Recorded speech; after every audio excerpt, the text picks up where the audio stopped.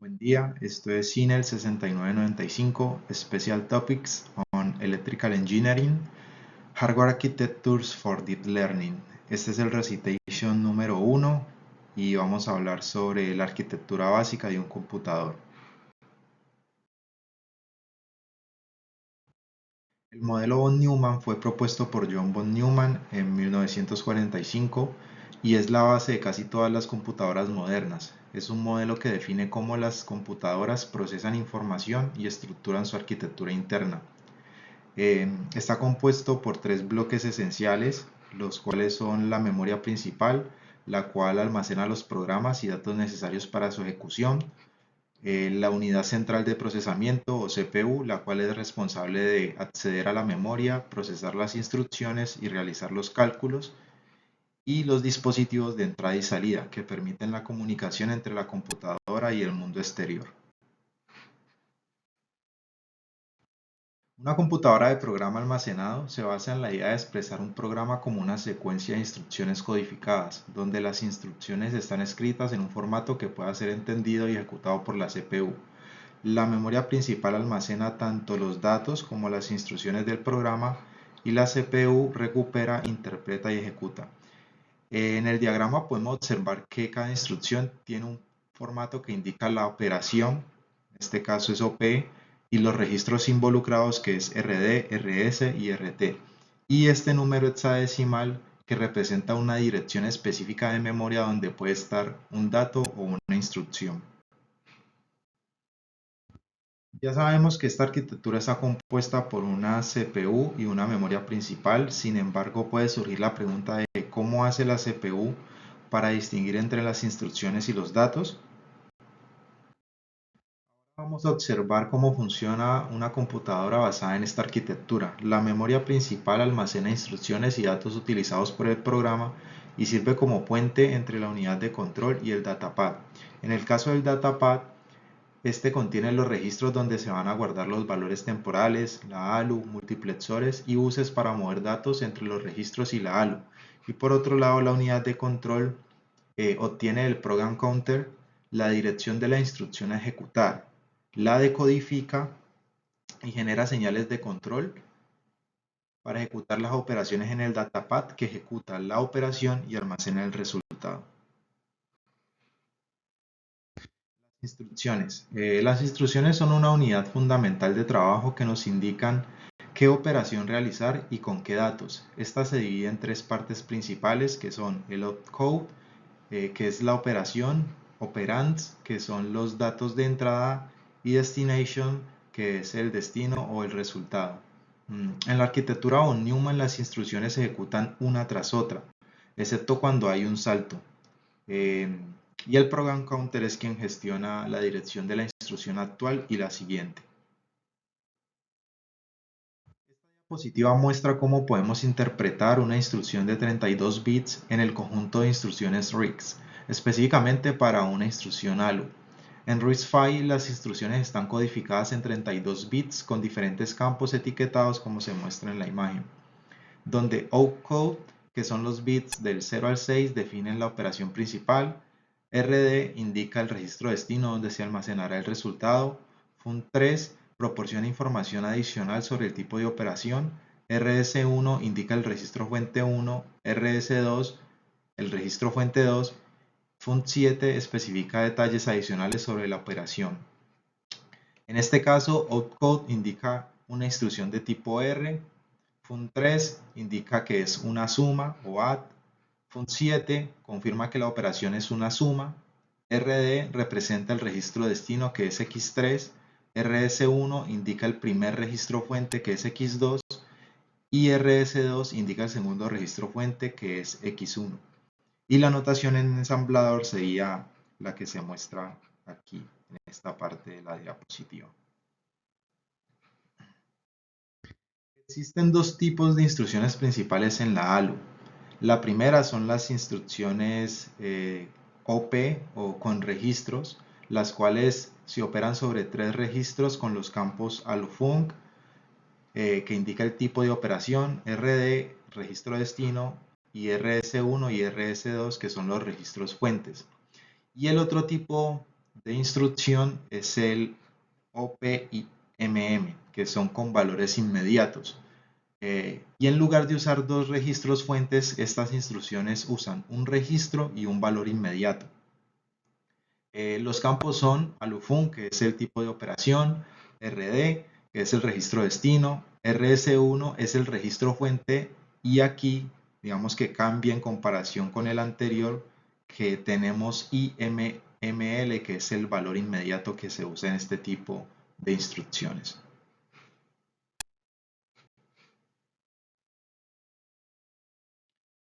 En el caso de las instrucciones de carga y almacenamiento, load and store, estas permiten transferir datos entre la memoria y los registros. A diferencia de otras instrucciones, estas necesitan acceder a la memoria para poder ejecutarse. En el caso de LW, carga un dato desde la memoria a un registro, y en el caso de SW, almacena un dato desde un registro en la memoria. Ambas instrucciones requieren calcular una dirección de memoria efectiva, y para el caso de LW, la dirección de memoria se calcula usando un desplazamiento IMMI al contenido de un registro base RS1, y para el caso de SW se calcula con un registro base RS1 y un desplazamiento IMMS. Estas instrucciones son esenciales para trabajar con memoria, ya que los procesadores no operan directamente en memoria, sino en registros.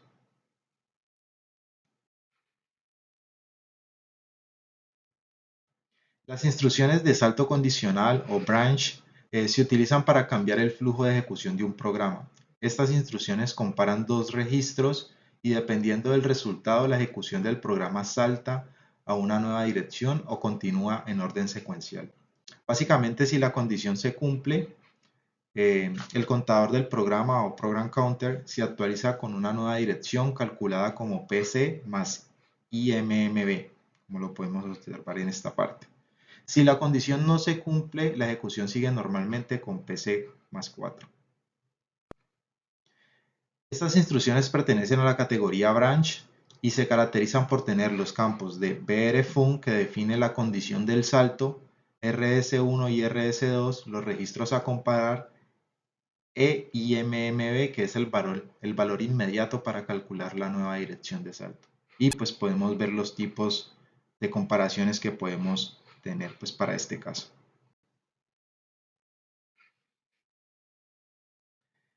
Ok, ahora vamos a analizar un modelo que sigue el principio de ejecución en un solo ciclo, donde cada instrucción se completa en un solo pulso de reloj.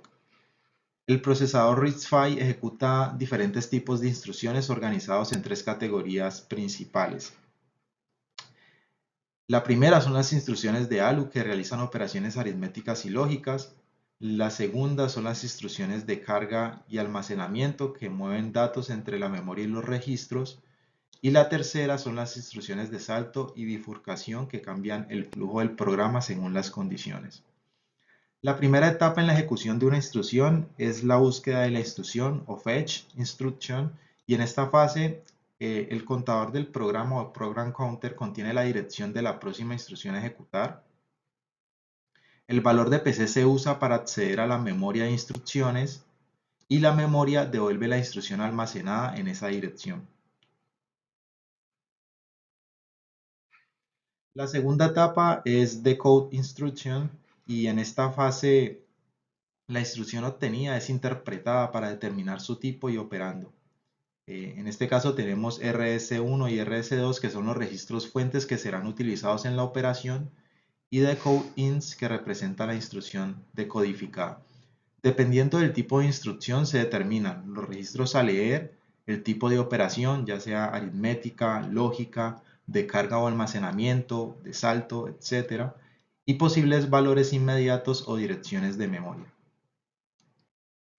La tercera etapa es Read to Registers, que es la lectura de registros, y en esta fase el procesador accede a los valores almacenados en los registros indicados por RS1 y RS2 desde el archivo de registros o register file. La cuarta etapa es Execute o ejecución, donde la unidad de ejecución o la ALU procesa la operación indicada por la instrucción y en este se realizan diferentes tipos de operaciones. Dependiendo del tipo de instrucción y el resultado de la operación, se almacena en la señal de dato. La quinta etapa es Write Destination, que es la escritura en registro en la cual el resultado de la ALU se almacena en el registro destino RD, dentro del archivo de registros. El archivo de registros tiene dos puertos de lectura, que en este caso son RS1, RS2 y un puerto de escritura que es RD, donde se almacena el resultado de la operación. Esta etapa es NetsPC, o actualización del program counter, donde se calcula la nueva dirección de la siguiente instrucción a ejecutar. Normalmente, como lo vimos en diapositivas anteriores, el program counter se incrementa en 4 para acceder a la siguiente instrucción, y en caso de que la instrucción sea una de salto o bifurcación, el program counter se actualiza con una nueva dirección netspc. En resumen, tenemos 6 etapas que son fetch, donde se obtiene la instrucción de la memoria; decode, donde se identifica la operación y los registros involucrados; read source, que recupera los valores de RS1 y RS2; execute, que ejecuta la operación en la ALU; write destination, que escribe el resultado en el registro destino RD; y netspc, que calcula la dirección de la siguiente instrucción y actualiza el PC. Con esta última fase, la ejecución de la instrucción se completa en un solo ciclo del reloj y el proceso se repite. Para las instrucciones de carga o load, se obtiene un dato desde la memoria y se almacena en el registro RD, donde RS1 contiene la dirección base de memoria desde donde se cargará el dato. Este proceso permite la manipulación de datos almacenados en memoria.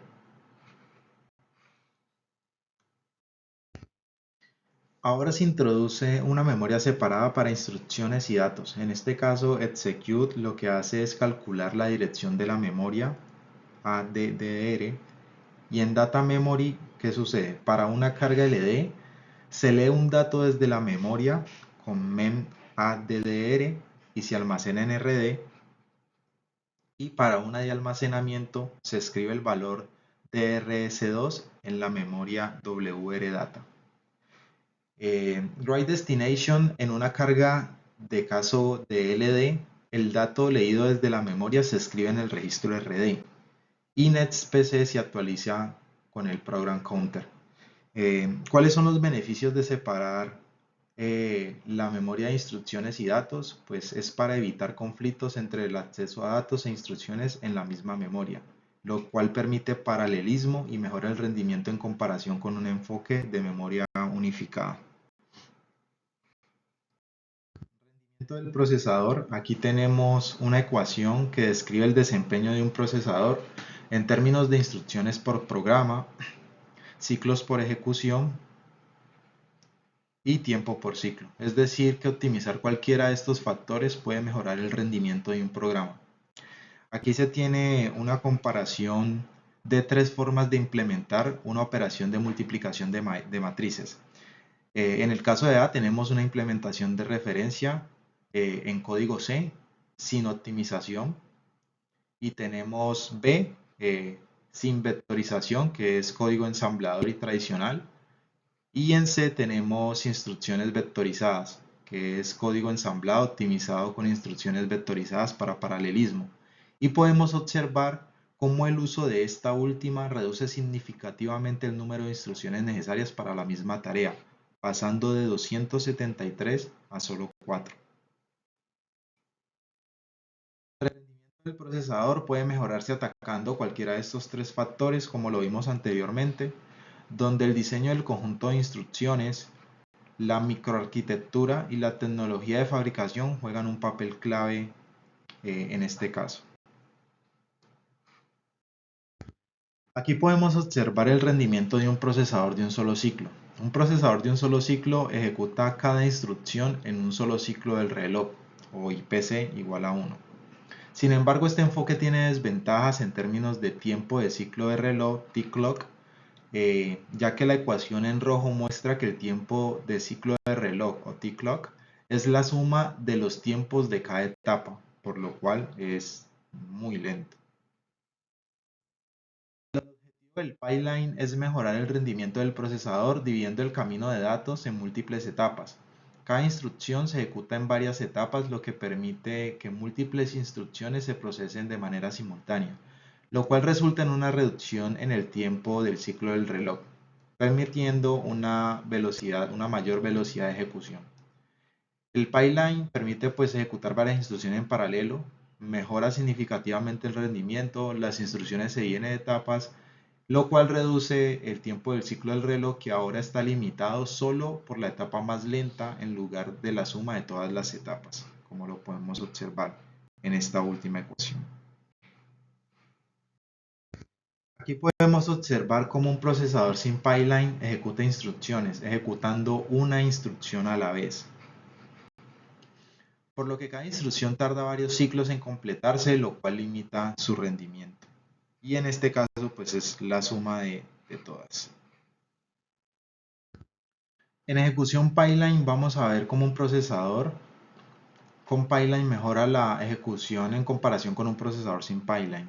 La diferencia clave radica que en lugar de esperar a que una instrucción termine antes de iniciar la siguiente, el pipeline permite que múltiples instrucciones se ejecuten simultáneamente en diferentes etapas. Inicialmente observamos que en el ciclo 1 la primera instrucción ADI está en la etapa de if.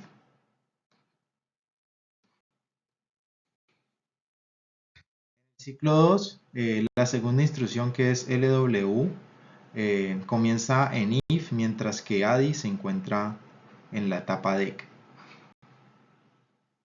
En el ciclo 3, la tercera instrucción, que es SUB, comienza en if, mientras las anteriores avanzan a sus respectivas etapas.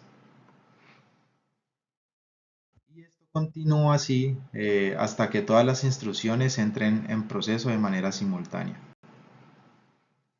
Esta ejecución es mucho más eficiente porque en cada ciclo se avanza en la ejecución de múltiples instrucciones. Aquí podemos observar la implementación de un procesador clásico de 5 etapas usando pipeline, como lo observamos en la gráfica anterior, donde vimos el flujo del programa. Estamos en algo que se conoce como pipeline hazard, y aquí surge la pregunta de ¿cuándo se leen y se escriben registros? Debemos de tener en cuenta que la lectura ocurre en la etapa DEC, que es decode, y la escritura ocurre al final de la etapa W o write destination. En este caso se observa que la instrucción ADI X1, X10, 2 lee en el ciclo 2, como lo podemos observar aquí, y escribe en el ciclo 5, al final del ciclo 5. Debemos de tener esto en cuenta. Un data hazard ocurre cuando una instrucción necesita un valor de un registro antes de que otra instrucción haya terminado de escribirlo. Por eso les mencionaba que debíamos de tener en cuenta lo que sucedía con ADI en la diapositiva anterior. ¿Por qué? Porque el problema en este caso es que la instrucción XOR intenta leer el registro X11 en el ciclo 3, pero ADI no escribe su resultado en X11 sino hasta el final del ciclo 5. Como resultado, pues XOR recibe un valor obsoleto o un stale value en X11, lo que genera un comportamiento incorrecto. El pipeline permite ejecutar múltiples instrucciones al mismo tiempo, dividiendo su ejecución en etapas. Sin embargo, a veces una instrucción depende de información generada por otra anterior, lo que puede causar problemas en el flujo del pipeline. Estos problemas pues se conocen como hazards y deben ser manejados para evitar errores o retrasos en la ejecución. Los tipos de pipeline hazard pueden ser data hazard, que es peligro de datos, y este ocurre cuando una instrucción necesita un valor de un registro que aún no ha sido calculado por una instrucción previa, o control hazard, que ocurre cuando hay una instrucción de control que cambia el flujo del programa, como un salto o una bifurcación. Ya vimos los peligros que pueden afectar la eficiencia del procesador. Para resolver estos problemas se utilizan tres estrategias principales. La primera estrategia es stall, que es detención del pipeline, y este detiene la ejecución de nuevas instrucciones hasta que los datos necesarios estén disponibles. El bypass o reenvío de datos se usa para resolver data hazards y en lugar de esperar a que los datos lleguen a writeback, se reenvían directamente desde exec o mem a las instrucciones que los necesitan. Y la estrategia 3 es especulación o ejecución especulativa, que se usa para resolver el control hazard. Y cuando hay una instrucción de control de salto, el procesador adivina el resultado y continúa ejecutando instrucciones. Cuando se resuelve el salto hay dos posibilidades. Una es que la predicción que haya realizado sea correcta y en este caso se sigue ejecutando sin cambios. Y la otra es que la predicción sea incorrecta y en este pues se descartan las instrucciones erróneas y se reinicia con el valor correcto. Solving Data Hazards by Stalin. Esta es la estrategia número 1 y cuando una instrucción depende de un resultado que aún no está disponible, el pipeline se detiene temporalmente para evitar errores. En este caso el pipeline introduce NOPs o No Operations en el ciclo de ejecución y se detienen las instrucciones previas hasta que el valor esté disponible, como lo veíamos en el ejemplo de diapositivas anteriores donde teníamos el problema de que XOR necesitaba leer X11 pero no era sino hasta el final del ciclo 5 donde ADI escribía ese valor, pues lo que hace en este caso es agregar esos no operations y al final del ciclo 5 donde se escribe pues se continúa con la ejecución de XOR garantizando pues de que el valor ya esté disponible. La principal desventaja de este método es que reduce el IPC, que son las instrucciones por ciclo, y pues esto disminuye la eficiencia del procesador. En la lógica de esta implementación se introduce una nueva señal de control llamada stall, y cuando stall es igual a 1 se congela el PC en la etapa if y se inyecta un no operation en la etapa de ejecutar. Luego la ejecución se reanuda cuando los datos estén disponibles o estén listos. Vamos a ver cómo resolver data hazards con bypassing, que es la estrategia número 2. En este caso, en lugar de esperar a que un valor se escriba en el archivo de registro, el resultado se envía directamente desde la etapa de ejecución a la siguiente instrucción que lo necesita. Esto permite pues que la ejecución continúe sin insertar ciclos de espera o no operations. En este ejemplo podemos ver su funcionamiento. En este caso la instrucción ADI calcula el resultado en la etapa de ejecución en el ciclo 3. Pero la instrucción de XOR necesita el valor de X11, ¿cierto? Sin bypassing tendría que esperar hasta el ciclo 6, como lo vimos en las diapositivas anteriores, cuando se escribe ese valor de ADI. Pero usando esta técnica, XOR recibe el valor directamente de la etapa, desde la etapa de exec, evitando un stall. Esta es la lógica que nos permite reutilizar el valor antes de que se escriba en el registro, acelerando la ejecución. En esta lógica se agregan multiplexores de bypass en la salida de DEC y las salidas de ESC, MEM y W se envían como entradas a estos multiplexores. Si la instrucción en DEC necesita un valor que aún no ha sido escrito en el registro, se verifica si hay una coincidencia entre el registro destino y el registro fuente. Y si hay una coincidencia, se elige el valor más reciente disponible en el pipeline.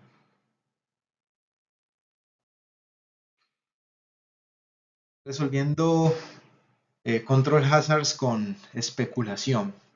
Cuando el procesador ejecuta instrucciones en un pipeline, el siguiente valor del program counter debe decidirse rápidamente. Una buena suposición para el NetPC es PC más 4, ya que la mayoría de las instrucciones se ejecutan de manera secuencial. Sin embargo, si hay una instrucción de bifurcación, el procesador no puede saber de inmediato si la bifurcación ocurrirá o no. Mientras la instrucción de bifurcación se resuelve, el procesador puede hacer una suposición y continuar su ejecución. El ciclo for en C representa la lógica de la bifurcación. Y ahora la tabla del pipeline muestra cómo se ejecutan las instrucciones si asumimos netpc igual a pc más 4. Aquí se inicia la ejecución de AND x16 antes de que BNE se haya resuelto. En este caso la suposición fue correcta, ya que x12 fue igual a x0, por lo que la ejecución continúa sin interrupciones. El procesador asume que la bifurcación ocurrirá en netSPC igual a loop. Sin embargo, la condición de BNE se evalúa en exec, ¿cierto?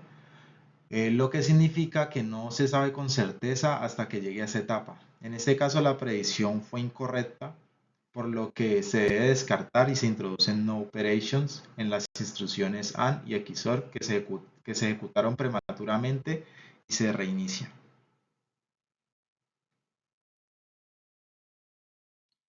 Cuando la etapa S detecta un salto o una bifurcación tomada, necesita actualizar netSPC con la dirección correcta. Para corregir la especulación errónea, el procesador anula las instrucciones que estaban en las etapas if y dec.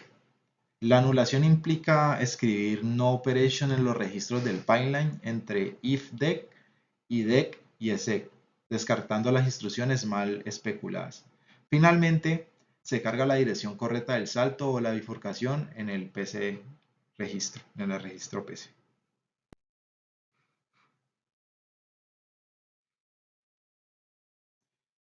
Ahora un resumen de la solución a los hazards. En resumen vimos que Stalin se puede aplicar a cualquier tipo de hazard, sin embargo reduce el IPC, que son las instrucciones por ciclo, ya que detiene el pipeline temporalmente. Bypassing, que se usa para hazard de datos, el cual nos permite reutilizar resultados de etapas avanzadas antes de que lleguen al writeback, mejorando el IPC y evitando paralizaciones innecesarias.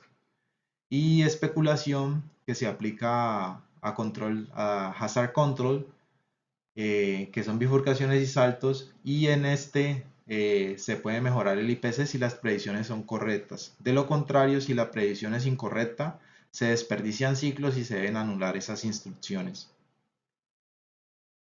También vimos lo que es la Iron Law, que nos dice que el tiempo de ejecución depende de las instrucciones por programa, los ciclos por ejecución y tiempo por ciclo, y que esta tiene relaciones como por ejemplo con la microarquitectura.